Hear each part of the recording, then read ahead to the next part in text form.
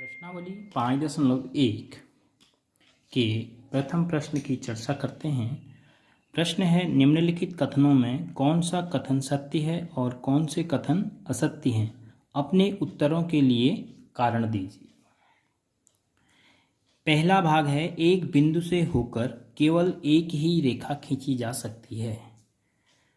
एक बिंदु से होकर कहा है, तो मानते हैं हम एक बिंदु कहीं पर भी माना, मैंने एक बिंदु मान लिया, ये इसका नाम मैं रख देता हूं ए। अब इससे होकर हम कितनी रेखाएं खींच सकते हैं? सोचिए, माना एक बिंदु कहीं पर बी है,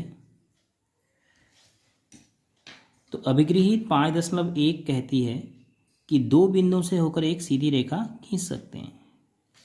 तो हम ए बी एक रेखा खींच सकते हैं। अब चूंकि मेरे से पूछा है कि एक बिंदु से कितनी खींच सकते हैं, मैंने अपना पहला बिंदु ए माना था। एक बिंदु कहीं पर मैं ले लेता हूँ सी, तो मैं ए और सी दो भिन्न बिंदु हैं, इनसे भी एक सीधी रेखा खींच सकता हूँ। एक बिंदु कहीं पर मान लेता हूँ डी, तो ए से मैं डी को मिलाने पर भी, क्योंकि ए और डी दो अलग अलग बिंदु हैं, तो इनको मिलाकर भी एक सीधी रेखा प्राप्त की जा सकती है। तो कहने का मतलब, एक बिंदु से होकर हम कितनी रेखाएं खींच सकते हैं? एक बिंदु से हम असंख्य रेखाएं खींच सकते हैं, जबकि ये कहता है कि एक बिंदु से केवल एक ही रेखा खींची जा सकती है। तो क्या लिखेंगे कि यह क्या है? असत्य है। और क्यों असत्य है? उसका कारण, क्योंकि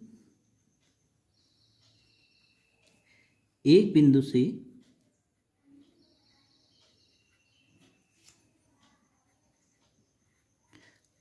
असंख्य का मतलब जिनको गिनना संभव नहीं है, रेखाएं खींची जा सकती हैं।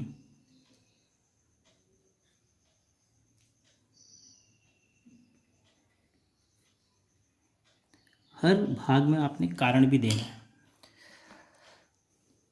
दूसरा भाग है, दो बिंदुओं से होकर जाने वाली असंख्य रेखाएं हैं। क्या दो बिंदुओं से असंख्य रेखाएं जा सकती हैं? अभिगृहित 5.1 कहता है कि दो बिंदुओं से एक अद्वितीय रेखा खींची जा सकती है, एक सीधी अद्वितीय। तो असंख्य रेखाएं नहीं खींची जा सकती हैं। यह भी क्या है? असत्य है। क्यों असत्य है? क्योंकि यह अभिगृहित 5.1 का विरोध कर रहा है। क्यों? क्योंकि यह अभिगृहित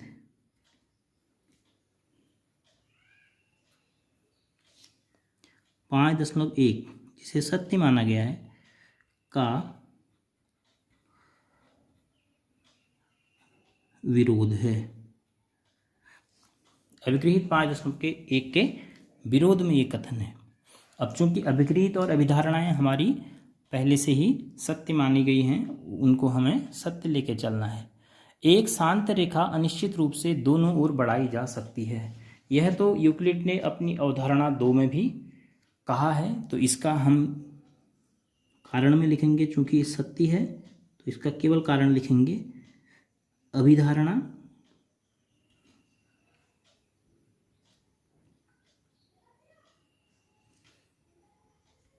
संख्या 2 से सत्य है। अभिधारणा संख्या 2 में ऐसा कहा गया है। अब अगला भाग है इसका, यदि दो वृत्त बराबर हैं तो उनकी त्रिज्याएं बराबर होती हैं। यदि दो वृत्त बराबर हैं, मैंने दो बराबर वृत्त खींच रखे हैं कंपास प्रकार की सहायता से, तो अगर ये दोनों बराबर हैं तो आप कल्पना कर पाएंगे कि मैं इस वृत्त को उठाकर ठीक इसके ऊपर अध्यारोपित कर सकता हूँ। अगर मैं इसको इसके ऊपर अध्यारोपित कर पा रहा हूँ, तो इसका मतलब ये दोनों वृत्त क्या हैं? एक दूसरे के संपाती हैं। जब संपाती होंगे तो केंद्र से परिधि तक की जो दूरी है वो दोनों की बराबर होगी। इसको एक और तरीके से आप समझ सकते हैं, जैसे मैंने ये टेबल सॉल्ट का कैप लिया है, टेबल सॉल्ट जिसमें आता है उसका कैप है, तो ये दूसरा बिल्कुल उसी आकार के टेबल सॉल्ट डिब्बे का दूसरा कैप है। अब ये दोनों आपको बराबर दिख रहे हैं क्योंकि ये दोनों बराबर वस्तुओं के कैप हैं। अब अगर मैं ये दोनों बराबर हैं, अगर मैं इनको अध्यारोपित करने की कोशिश कर रहा हूँ एक दूसरे के ऊपर केंद्र पर केंद्र रख के, तो देखिए ठीक अध्यारोपित हो जा रहे हैं। ऊपर वाला नीचे वाले को पूरी अच्छी तरह ढक दे रहा है। तो इसका मतलब अगर मैं इसके केंद्र से परिधि तक की दूरी नापूं, इसके केंद्र से परिधि तक की दूरी नापूं, तो बराबर आएंगे। क्यों? क्योंकि देखो अब दोनों का एक ही केंद्र हो गया और एक ही परिधि हो गई। तो और केंद्र से लेकर परिधि तक की दूरी को ही त्रिज्या कहते हैं। तो यह क्या है? सत्य है। यह सत्य है क्योंकि कारण दोनों अगर बराबर हैं, दोनों वृत्त समपाती होंगे,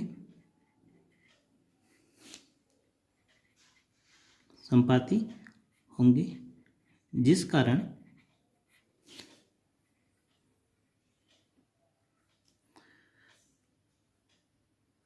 दोनों की त्रिज्याएं समान होंगी, बराबर होंगी।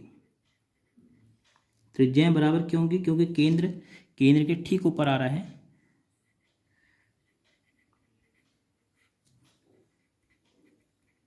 और परिधि के ऊपर आ रही है। संपाति का मतलब ही वही है कि केंद्र के ऊपर और परिधि को ढक देगी। अब पांचवा भाग है कि आकृति 5.9, ये आकृति 5.9 है, ये आकृति दी है 5.9।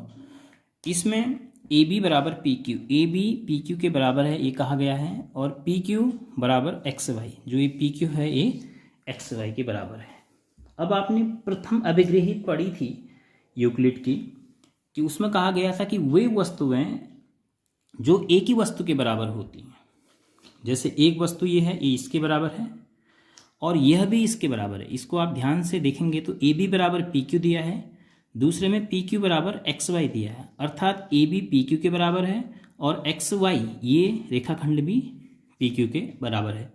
तो वे वस्तुएं जो एक ही वस्तु की, देखो ये वस्तु के रूप में इसको समझिए, वे वस्तुएं जो एक ही वस्तु के बराबर होती हैं, यह इसके बराबर है, यह इसके बराबर है, तो वे दोनों आपस में भी बराबर होती हैं। ये अभिगृहित नंबर 1 है यूक्लिड का। तो इसका आप कारण लिखेंगे सत्य है। कारण यूक्लिड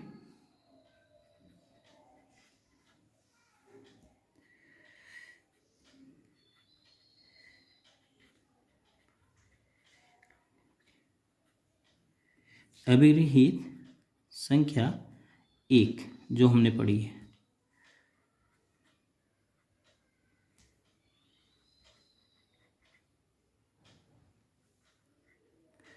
यूक्लिड की अभिगृहित संख्या 1 के अनुसार यह सत्य है। तो हर प्रश्न में आपने जो कारण देना था, जो आपने अभी अभी यूक्लिड की परिभाषाएं, अभिधारणाएं और अभिगृहित पढ़े थे, उनके आधार पर कारण देना था कि कोई कथन सत्य है तो क्यों है और कोई कथन असत्य है तो क्यों है। तो आपने अगले प्रश्नों को भी करने के लिए यूक्लिड की परिभाषाएं, अभिधारणाएं और अभिगृहित ध्यान में रखने होंगे, या अगर आप भूल गए हैं या ध्यान नहीं आ रहा है तो आप एक पेपर में लिखकर अपने बगल में रख लीजिए जब आप इन प्रश्नों को हल कर रहे हैं।